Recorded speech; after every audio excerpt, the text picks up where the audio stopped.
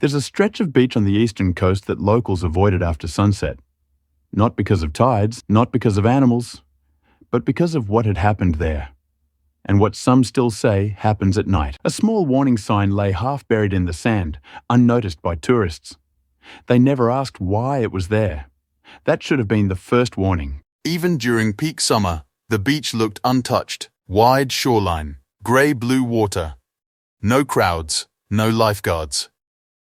An empty paradise.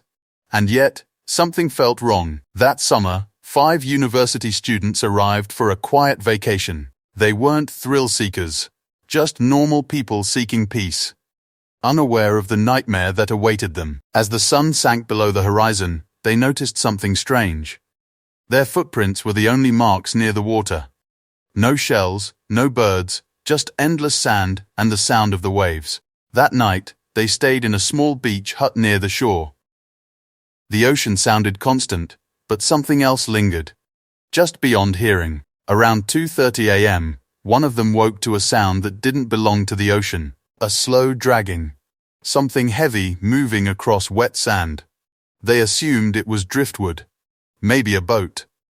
No one checked. They would regret that. Inside the hut, the others slept or turned restlessly in bed. None of them looked outside. The sound continued, faint and unrelenting, but remained unseen.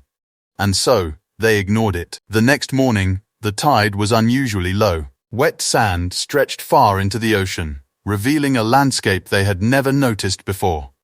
Something was buried beneath it. One of the students walked toward the water and froze. Half buried in the sand was a shoe. Old, torn, soaked in salt. And then another, and then something far worse. A pale, swollen human hand emerged from the sand. It was a chilling reminder of what had been hidden beneath the waves, and how the ocean doesn't always tell the full story. Authorities were called. 3 bodies were recovered. All adults. All missing for over a year. Even the locals were shocked by what had been uncovered on their quiet beach. The official explanation was drowning, but the evidence told a different story. Broken fingers. Rope marks around an ankle. Signs of violence, but no water in the lungs. Whatever had happened, the ocean hadn't taken them. Something else had. An old fisherman finally spoke.